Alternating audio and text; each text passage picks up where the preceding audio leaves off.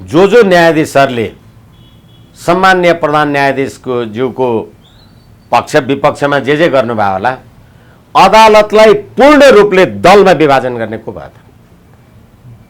यिनै न्यायाधीश हुनु भएन? परमादेश जारी गर्दा चोलेन्द्र शमशेरले भागभण्डा खोज्यो, एकछिनलाई मान्नुहोस्। हजुर, चोलेन्द्र शमशेरले एक्लै गरे फैसला हो?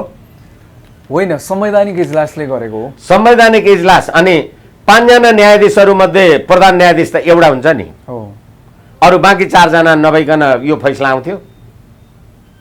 आउँदैन थियो भने प्रधान न्यायाधीशले भाग खोज्यो, अरूले के खोज्नुभयो? वरिष्ठ अधिवक्ता विष्णु भट्टराईज्यू, नागरिक अनलाइन टिभीको अर्को बसाइमा यहाँलाई हार्दिक स्वागत छ सर।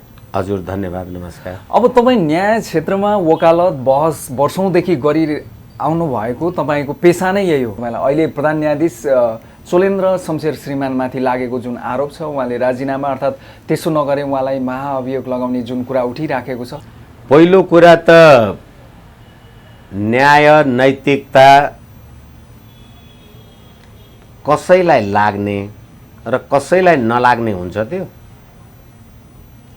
अहिले मैले धेरैचोटि भनेको छु, नभनौँ भन्दा भनिरहनु पर्ने हुन्छ, म यो राज्य प्रणालीको, यो संवैधानिक राज्य व्यवस्थाको पक्षधर होइन। तपाईँ अहिलेको जुन सरकार छ, अहिलेको सरकार बनाउँदाखेरि चोलेन्द्र शमशेर जबरा समेतको सम्माननीय प्रधान न्यायाधीश चोलेन्द्र शमशेर जबराज्यू समेतको संवैधानिक इजलासले प्रतिनिधि सभा पुनर्स्थापना गर्ने र परमादेशले सरकार बनाउने गरेको होइन। अनि त्यो सरकार बनिसकेपछि न्यायालयमा सम्पूर्ण विकृतिहरू देख्ने अहिलेको अथवा तत्कालीन पूर्व न्यायाधीशहरू, प्रधान न्यायाधीशहरू, नेपाल बारका विशिष्ट व्यक्तित्वहरू हिजो त प्रतिनिधि सभा पुनर्स्थापना गर्दा त, परमादेशको आदेश जारी गर्दा त यो न्यायालयले ठुलो काम गर्यो भन्ने होइन तपाईँ? अनि त्यसको नेतृत्व वर्तमान सम्मान्य प्रधान न्यायाधीशले नै गर्नुभएको हो। हिजो असार 28 गते यही सर्वोच्च अदालत, मैले त आक्रोशको भाषामा पनि भनेको छु, प्रजातन्त्र, विधिको शासन, जनताको राजकीय सत्तालाई समाप्त गर्ने यो सम्मानित सर्वोच्च अदालतको असार 28 गतेको फैसला हो।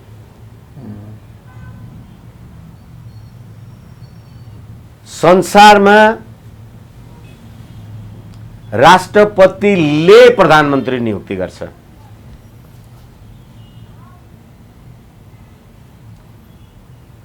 अहिले वर्तमान सरकार न्यायालयले नियुक्ति गरेको होइन, न्यायालयले बनाइदिएको होइन, परमादेशले वर्तमान सरकार बनाएपछि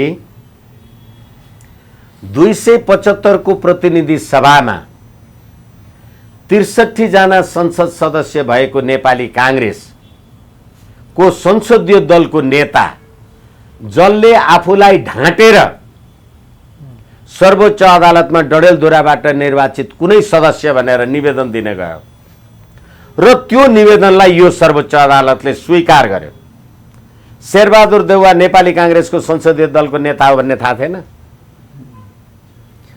अनि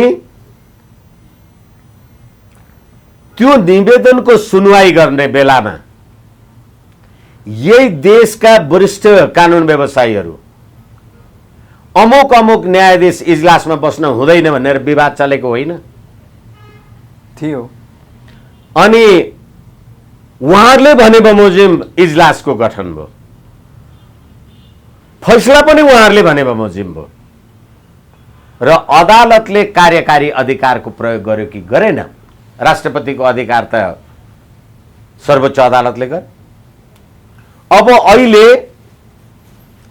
सर्वोच्च अदालतले त्यो फैसला गर्दा फेरि पनि म दोहोऱ्याएर आक्रोशका साथ भन्ने शब्द प्रयोग गर्न चाहन्छु। त्यो सर्वोच्च अदालतले नेकपा एमालेको चुनाव चिन्हबाट चुनाव जितेर आएको मान्छेहरूलाई नेपाली कांग्रेसको रुख चिन्हमा भोट हाल्दा संसद सदस्य खारेज नगर्नु भन्ने यो अदालत होइन माधव कुमार नेपाललाई। त्यति मात्रै होइन, यही अदालत होइन, यही राज्य व्यवस्था होइन। रामबहादुर थापा बादलले पार्टी चेन्ज गर्यो भनेर एमालेमा गयो भनेर रामबहादुर थापा बादल प्रभु शाहको संसद सदस्य समाप्त गर्ने यही प्रतिनिधि सभा होइन। तर असार 28 गतेको परमादेशको सरकारमा संसद सदस्य खारेज नगर्नु प्रतिनिधि सभाको अधिकार पनि, संविधानको धारा 89 को अधिकार पनि लागेन। राष्ट्रपतिले प्रधानमन्त्री नियुक्ति गर्ने त्यो पनि लागेन। अनि त्यहाँबाट न्यायपालिका, कार्यपालिका र विधायिका कहाँ बाँकी रह्यो? निरङ्कुश सरकार बन्ने कुरामा तपाईहरुले समर्थन गर्नुभएको थियो नि हिजो सर्वोच्चको फैसला। अनि त्यसको नेतृत्व गर्ने अहिले चोलेन्द्र शमशेर राणा मात्रै दोषी हो? आम सञ्चारमा मैले पढेको छु चोलेन्द्र शमशेरलाई असार 28 गतेको फैसला 2 दिन अगाडि मात्रै देखाइयो र उत्कृष्ट महान फैसला लेख्ने मान्छे त ईश्वर प्रसाद खतिवडा हुन् भनेर अखबारमा आयो। उहाँले फैसला लेख्दै गर्दा हरेक दिन अखबारलाई जानकारी दिँदै गर्नुहुँदो रहेछ है। अहिले तपाई चोलेन्द्रको मात्रै नैतिकताको प्रश्न उठाउनुहुन्छ भने यो सरकार बनाउने अरु संवैधानिक इजलासमा बसेका बाँकी न्यायाधीशहरूको अवस्था के हो? अब फेरि तपाईले भन्नुभयो अहिले सम्माननीय प्रधान न्यायाधीशले आज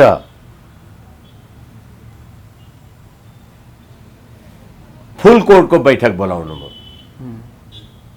प्रधान न्यायाधीशसँग तपाईको सहमति असहमति जेसुकै होला, प्रधान न्यायाधीशले बाटो छोड्यो भनेर तपाई जे भनिराख्नु भएको छ त्यो प्रधान न्यायाधीशले बोलाएको फुल कोर्टमा नजाँदा तपाईले बाटो पक्रिनु भयो कि छोड्नु भयो? मैले मात्रै छोडेको बाटोको हिसाब तपाईले चाहिँ बाटो हिँडेको हिसाब छैन, छोडेको हिसाब छैन। र फेरि अदालतमा अहिले जुन विकृति विसङ्गतिका कुरा उठेका छन् यो सरकार बनेपछिको यो नतिजा होइन। र फुल कोर्टमा पनि तपाई जानुहुन्न, बेग्लै बैठक बस्नुहुन्छ र राजनीतिक दल जस्तो सर्वोच्च अदालत पार्टीको संसदीय दलको बैठक बस्ने नेपाली जनताको पेशी के भयो? जनताले आज फैसला पाए, इन्साफ पाए, न्याय पाए। यसको कारण तपाई चोलेन्द्र शमशेर राणा प्रधान न्यायाधीश भन्नुहुन्छ कि यो प्रणाली भन्नुहुन्छ? अब तपाईले प्रधान न्यायाधीशले सरकारमा भाग खोजेको कुरा हामीले सुन्यौं। हजुर, प्रधान न्यायाधीशले संवैधानिक पदहरूमा भाग खोजेको कुरा हामीले सुन्यौं। नागरिक अनलाइन मार्फत आम नेपाली जनतालाई निवेदन गर्ने अनुमति चाहन्छु, क्षमा चाहौं। संवैधानिक परिषद सम्बन्धी व्यवस्था छ हाम्रो संविधानको धारा 284 मा। त्यसमा प्रधानमन्त्री अध्यक्ष, प्रधान न्यायाधीश सदस्य, सभामुख सदस्य, उपसभामुख सदस्य, प्रमुख प्रतिपक्षी दलको नेता सदस्य, राष्ट्रिय सभाको अध्यक्ष सदस्य। अनि संवैधानिक परिषदको काम के? संवैधानिक परिषदमा रहेका नियुक्ति गर्ने, नियुक्तिको लागि सिफारिस गर्ने। मान्नुहोस् म सर्वोच्च अदालतको प्रधान न्यायाधीश भएर त्यो संवैधानिक परिषदको बैठकमा बस्दा मेरो काम के हुन्छ? रामबहादुर, श्यामबहादुर, हरिबहादुर, वीरबहादुर अथवा एबीसीडी ईएफ कख ग ग ग यी मान्छेहरूलाई अख्तियारमा निर्वाचन आयोगमा पठाउनु पर्यो होला भन्ने कुरा त आउँछ होला एकदमै। अनि आउँदा त्यो प्रधान न्यायाधीश भएको मान्छेले के गर्ने? त्यहाँ अर्जुन लिम्बू भन्ने मान्छे चाहिँ हुँदैन, विष्णु भट्टराई भन्ने मान्छे चाहिँ मलाई ठिकै लाग्छ भनेर भन्यो भने त्यो प्रधान न्यायाधीशले उसको कोटा राख्यो कि कर्तव्य पुरा गर्यो? तपाईको संविधानको कुरा गर्दैछु म। सम्पूर्ण राजनीतिक पदमा नियुक्ति गर्नको लागि नियुक्ति गर्ने ठाउँमा तपाई प्रधान न्यायाधीशलाई सदस्य बनाउने अनि प्रधान न्यायाधीशले संवैधानिक नियुक्तिमा आफ्नो भाग खोज्यो भन्ने के गर्छ त्यो सदस्यले? ल तपाई संवैधानिक परिषदको सदस्य गएर के गर्नुहुन्छ? न्यायालयलाई हजुर आफ्नो मत त राखि नै हाल्छन् नि। होइन, र फेरि के हो भने तपाईको कामै के हो भने तपाई प्रधान न्यायाधीश, तपाई संवैधानिक परिषदको बैठकमा जानु भएको छ। संवैधानिक परिषदको काम कर्तव्य के हो भने संवैधानिक पदहरूमा नियुक्ति गर्ने, मान्छे नियुक्ति गर्ने भन्दा बाहेक अरू के काम छ त्यहाँ? तपाई एउटा सदस्य भएपछि रामप्रसादको नाम आयो रे, हरिप्रसाद भन्ने मान्छे पनि ठिक छ भन्यो भने प्रधान न्यायाधीशले भाग खोज्या हो। अब एकैछिन प्रधान न्यायाधीशले भाग खोजेकै होला हो भने सभामुखले भाग खोजे खोजेन? एउटै बैठकमा बसेर तपाई संवैधानिक परिषदको सदस्य सम्मान्य प्रधान न्यायाधीश, म संवैधानिक परिषदको सदस्य, म सभामुख, मैले मेरो 4 जना मान्छेको नाउँ भने मैले भाग खोज्या नहुने, तपाईले गरे चाहिँ भाग खोज्या हुन्छ? होइन भने प्रधान न्यायाधीशको काम के त्यहाँ? राजनीतिक नियुक्ति गर्ने ठाउँमा प्रधान न्यायाधीशलाई राखेर अराजनीतिक कुराको अर्थ खोज्ने? तर सर यसमा त नि पछिल्लो समयमा जुन मामलाले उहाँलाई अप्ठ्यारो पारिरहेछ, यो अहिलेको सरकारमा उहाँले मन्त्रीको कोटै खोज्नुभयो, 2टा खोजेको, त्यसमा पनि नमिलेर एउटा त कम्तीमा उहाँले आफ्नै जेठान पर्ने चाहिँ गजेन्द्र हमाललाई मन्त्री पनि बनाउनु भयो। विरोध, व्यापक चर्को विरोधपछि उहाँले 2 दिनमा छोड्नुभयो। यो आरोपले चाहिँ, यो लहरोले तानिँदै चाहिँ अहिले प्रधान न्यायाधीशज्यू त अप्ठ्यारोमा पर्नु भएको हो नि। मलाई लाग्दैन। फेरि पनि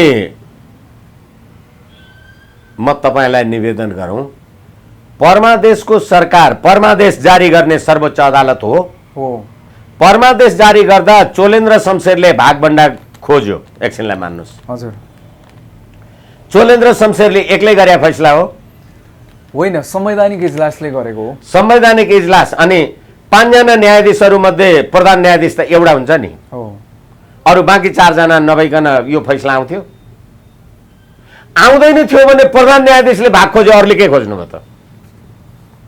र मैले भाग खोजेर हुन्थ्यो भने तपाई विरुद्धमा हुनुहुन्थ्यो भने त 4 जना विरुद्धमा हुन्थे, म एक्लैले गरे त फैसलै हुँदैन थियो भन्ने। तपाई कहाँ हुनुहुन्छ थाहा छ?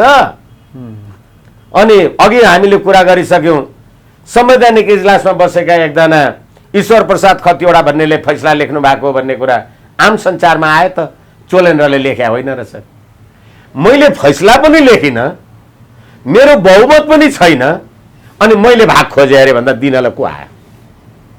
खोजे रे, खोज्दा त 5 जनाले खोज्यो होला नि त फैसला गर्दा। अब चोलेन्द्रले भाग खोजे, ठिक छ, म सरकार बनाउन सक्छु भने त म सरकार बनाउने हैसियतमा रहन्छु नि त। म त सम्मानित सर्वोच्च अदालत, जसले सरकार बनाउन सक्छ त्यसले मन्त्री परिषदमा भाग खोज्यो भने के गल्ती भयो? तपाई सरकार बनाउनुहुन्छ, प्रधानमन्त्री बनाउन सक्नुहुन्छ तपाई भने तपाईले मेरो एउटा मान्छे चाहिँ उद्योग मन्त्री बनाइदे, सञ्चार मन्त्री बनाइदे भन्नुभयो, के भयो? त्यही परमादेशबाट आएको होइन? अर्को कुरा फेरि पुष्पकमल दाहालजीले त हामीले राजनीतिक भागभण्डाकै आधारमा गजेन्द्र हमाललाई मन्त्री बनाएको हो, प्रधान न्यायाधीशको भाग होइन त भन्नुभयो त? भन्नुभयो। अनि कुन चाहिँ सत्य हो त? यदि अहिले चोलेन्द्र शमशेर उप, हालाकि म यो राज्य प्रणालीको पक्षधर होइन, तपाईको यो प्रणालीको दोष हो यो, तर यदि चोलेन्द्र शमशेर उप लगाइएको अभियोग सत्य हो भने पुष्पकमल दाहाल के हो त? पुष्पकमल दाहाल चाहिँ ठिक हुने, चोलेन्द्र शमशेर चाहिँ गलत हुने? उहाँले त भन्नुभयो त गजेन्द्र हमाल हामीले मन्त्री परिषदलाई सिफारिस गरे, अनि चोलेन्द्र शमशेरले मन्त्री माग्यो भने तपाईले फैसला लेख्ने ईश्वर प्रसाद खतिवडा, बाँकी अरू 4 जना 3 जना न्यायाधीश अझै अरू बाँकी छन्, अनि चोलेन्द्रको भाग मैले दिएँ भन्ने तपाई? लाज छैन, यति कुरा बुझ्दैनन्। अनि अहिले तपाईँ अदालत बहिष्कार गर्ने अथवा प्रधान न्यायाधीशले बोलाएको फुल कोर्टको बैठक गर्ने, तपाईँले बैठक बहिष्कार गरेर कर्तव्यको पालना गर्नुभयो कि कर्तव्यबाट च्युत हुनुभयो? तपाईँको काम प्रधान न्यायाधीशले बोलाएको फुल कोर्टमा जाने होइन। त्यहाँ जानुस् न, त्यहाँ विवाद गर्नुहोस्, प्रतिवाद गर्नुहोस्, तलमाथि गर्नुहोस्, बहस पैरवी गर्नुहोस्। त्यो राजनीतिक दल हो। अहिले सर्वोच्च अदालत एउटा पार्टी भयो कि भएन? चोलेन्द्र शमशेरको पक्षधर यति, चोलेन्द्र शमशेरको विरुद्धका यति। हिजो असार 28 गते यो फैसला लेख्दा ईश्वर प्रसाद खतिवड़ाजीले फैसला लेख्दा हरेक फैसलाको तल के लेखेको हुन्छ भने उक्त फैसलामा मेरो सहमति छ भनेर त पाँचैजनाले मेरो सहमति छ भनेर लेखा छन् नि। भाग चाहिँ चोलेन्द्रको मात्रै हो कि दुनियाँलाई तपाईहरुले अन्यथै ठान्नु भएको छ? तर यो सम्पूर्ण कुराको दोष तपाईले संवैधानिक परिषदमा प्रधान न्यायाधीश किन राख्नुभयो? न्यायालयलाई तपाईले राजनीतिमा लगेर मुछ्ने को हो? तपाई राजनीतिक नियुक्ति गर्नुपर्ने ठाउँमा म बस्नुपर्ने, अनि त्यहाँबाट अध्यादेश आउने, अनि अध्यादेश असंवैधानिक भयो भन्ने मै प्रधान न्यायाधीश हुने, मैले फैसला गर्नुपर्ने। यो पद्धतिको दोष होइन। त्यति मात्रै होइन,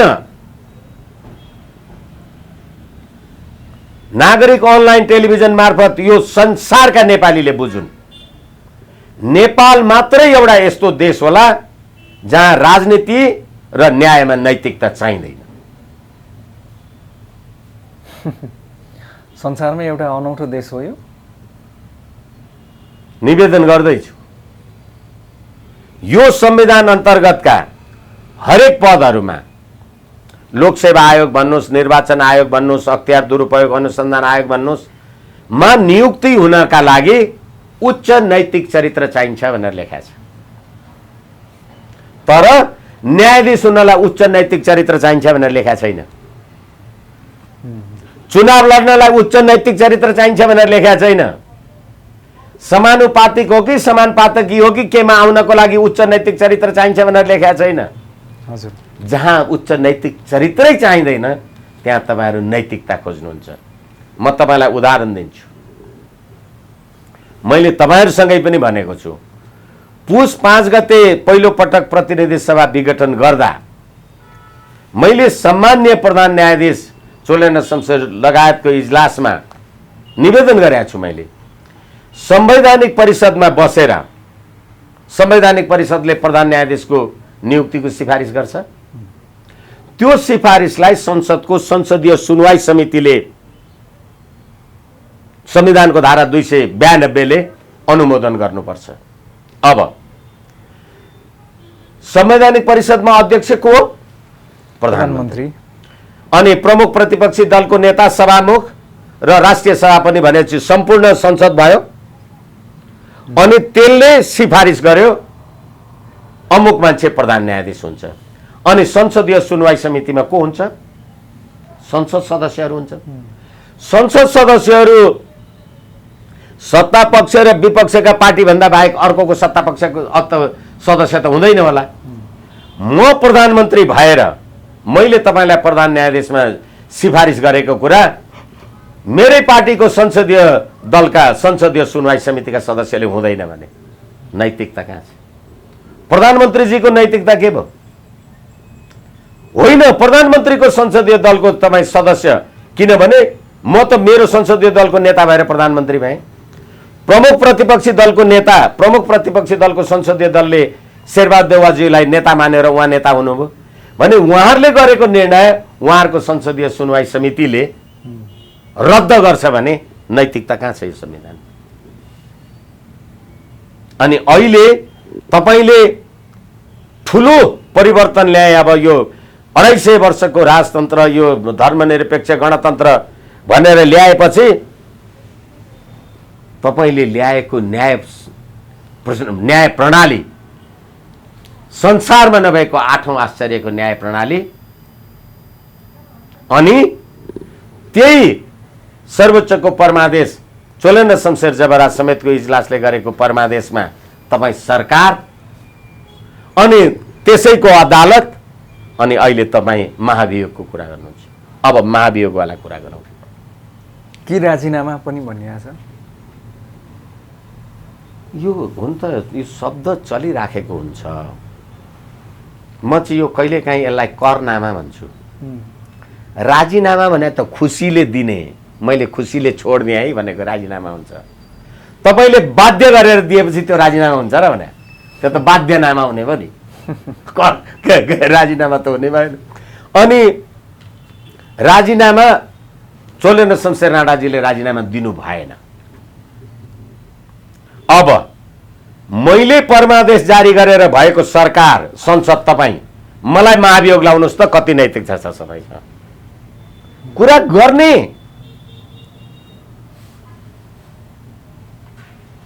अनि मेरी बिल्ली मुझी से म्याऊ। अनि अहिले तपाईहरू होइन कि राजीनामा दे कि महाभियोग लगाउनु पर्छ भने तपाईहरू जो पूर्व प्रधान न्यायाधीशज्यूहरू हुनुहुन्छ तपाईहरूलाई आदरका साथ म निवेदन गरौँ, तपाईहरूले भूतपूर्वको नाउँबाट राष्ट्रको कोषबाट कति खानु भएको छ सम्पत्ति।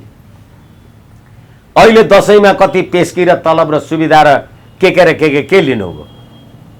तर बाढी पहिरोले मरेका नेपाली जनतालाई सम्बोधन गर्नुभयो तपाईँले कि चोलेन्द्रको राजीनामा चाहियो तपाईँलाई?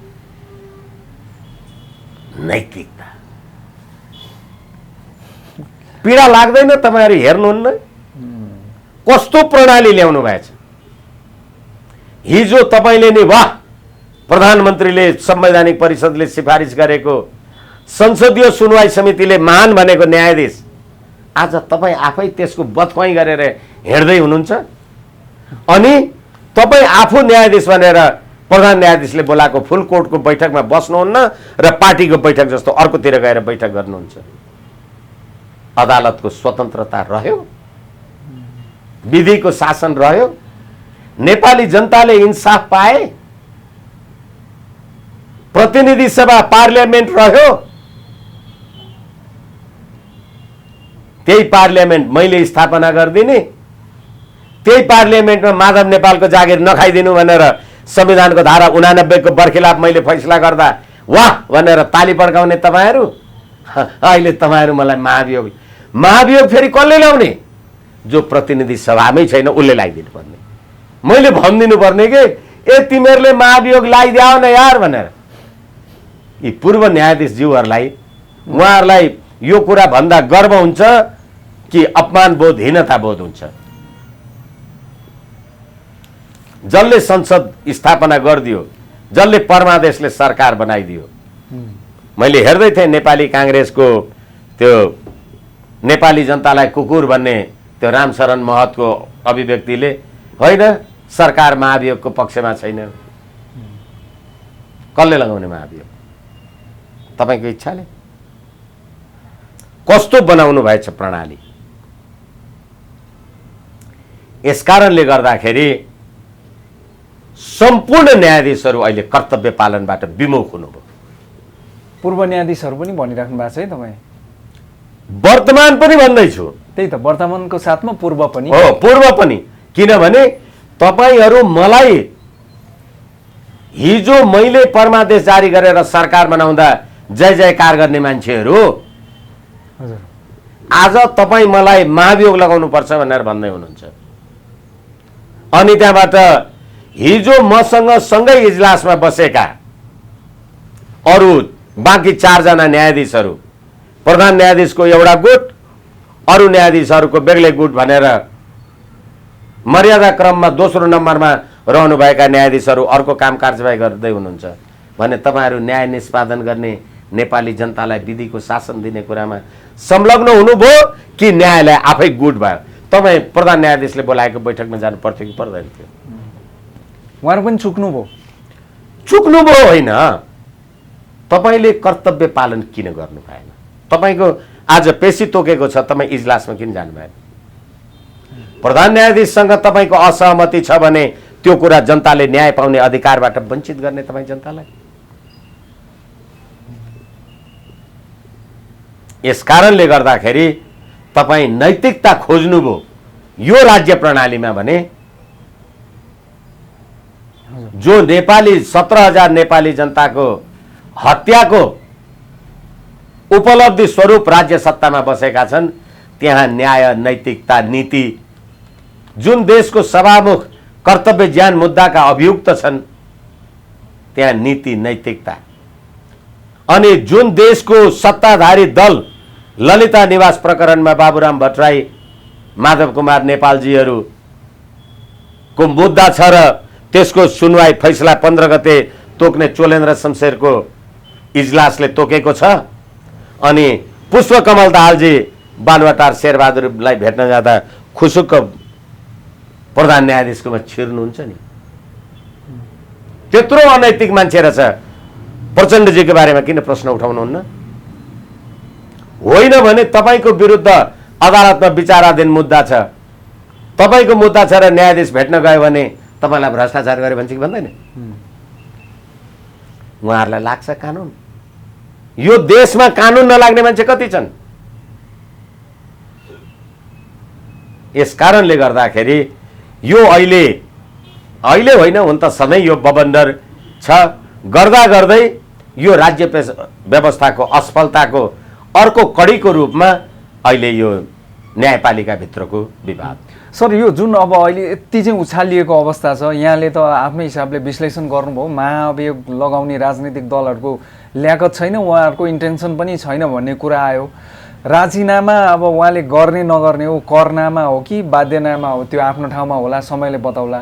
तर एउटा कुरो चाहिँ जस्तो प्रधान न्यायाधीश आफै एकल पनि उहाँ यो सम्पूर्ण भनौँ न परिणामको दोषी होइन भन्ने कुरो पनि आयो। तर अहिले जसरी यो कुरा ल्याइएको छ, उठिराखेको छ, मिडिया, पूर्व न्यायाधीशहरू लगायत चाहिँ अब वरिष्ठ अधिवक्ताहरू सबैले चाहिँ त्यो गर्दाखेरि प्रधान न्यायाधीशज्यूले बहिर्गमन अर्थात् उहाँले बाटो मार्ग प्रशस्त गरे, यो अहिलेको समस्या समाधान हुने र न्याय प्रणालीमा, न्याय क्षेत्रमा, न्यायिक क्षेत्रमा देखिएका विकृतिहरू चाहिँ के साम्य हुन्छ? समस्याको जडै चोलेन्द्र शमशेर मात्र हुन् त? होइन, त्यसैले मैले भने अहिले त उहाँलाई नै मुख्य निशाना गरिएको होइन। त्यसैले हामी कुरा गरौँ न। हिजो नेकपा एमाले र माओवादी मिलेर पार्टी बनाएको होइन भनेर फैसला गर्ने को? बम कुमार श्रेष्ठ र कुमार रेग्मी, त्यही सर्वोच्चको न्यायाधीश। हजुर, संवैधानिक इजलासको मुद्दालाई अहिले सुनवाई नगर्नु भनेर अन्तरिम आदेश गर्ने यही सम्मानित सर्वोच्च अदालतको न्याय हरि फुयाल। सर्वोच्च अदालतमा भ्रष्टाचार छ, बिचौलिया छ, व्याभिचार छ, राजनीतिक नियुक्ति छ भनेर प्रतिवेदन दिने को? यिनै हरिकृष्ण कार्की। हजुर, अनि अस्ति परमादेशको फैसला गर्दाखेरि फैसला गर्ने जो न्यायाधीशहरू होलान्, दीपक कुमार कार्की लगायतका मान्छेहरू। अनि यो सबै कुरामा तपाईँ कसलाई चाहिँ फेयर देख्नुहुन्छ त? हिजो फैसलामा सहमत छु भनेर सही गर्ने त संवैधानिक इजलासका 5 वटा न्यायाधीश हुन् त। यस कारणले तपाईँले को चाहिँ ठिक देख्नुभयो सर्वोच्चमा? दल फुटाउने काम गर्यो सर्वोच्चले भनेर नारा लगाउने प्रचण्डजी होइन, माधव नेपालजी होइन।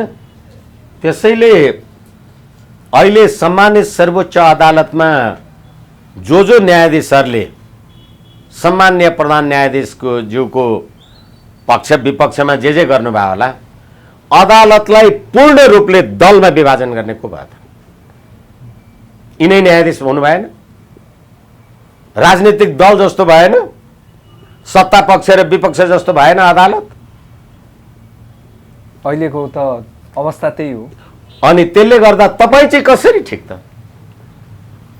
तपाईँले नेपाली जनतालाई न्याय निष्पादन गर्ने कर्तव्य पुरा गर्नु। हिजो त्यो फैसला गर्दाखेरि तपाईँले राखेको सरकार, वरिष्ठ अधिवक्ताहरू पनि कोनी, मैले नागरिक अनलाइन सँगै भनेको छु, यो देशका विष्णु भट्टराई जस्ता वरिष्ठहरू जो शेरबहादुर देउवाजीको वकिल भएर रिट निवेदन लेख्छन्, सभामुख अग्निप्रसाद सापकोटालाई विपक्षी बनाउँछन् र सभामुख अग्निप्रसाद सापकोटाकैमा गएर यस्तो यस्तो लेख्नुपर्छ प्रधानमन्त्रीको विरुद्धमा, नभए त केपी ओली हार्दैन, प्रधानमन्त्री हार्दैन भनेर वादीको पनि प्रतिवादीको पनि एउटै वकिल हुन्छन् अनि रेडियो टेलिभिजन र आम सञ्चारमा आउँछ। तिनै वरिष्ठहरूले भनेमा चाहिँ मैले चलेर आएन भने कति नैतिक छौँ है हामी। अनि तपाईँहरू यो नैतिकताको प्रश्न यी वकिलहरूलाई सोध्नुहुन्न? तपाईँहरू वादी प्रतिवादी दुइटैको मुद्दा गर्नुहुन्छ भन्नुहुन्न तपाईँहरू? अनि तिनै ठुला अहिले अनि त्यही वादी प्रतिवादीको कानुन व्यवसायी भएका मान्छेहरूलाई त्यही इजलासमा उपस्थित भएर यही बहस सुन्ने यिनै न्यायाधीश होइनन् चोलेन्द्र शमशेर लगायतका? को चाहिँ बाँकी छ मलाई भन्नुहोस् न? अनि चोलेन्द्रको कुरा गर्नुहुन्छ। हुन्छ सर, अमूल्य समय दिनुभयो, यहाँलाई धेरै धेरै धन्यवाद सर। हस्, धन्यवाद।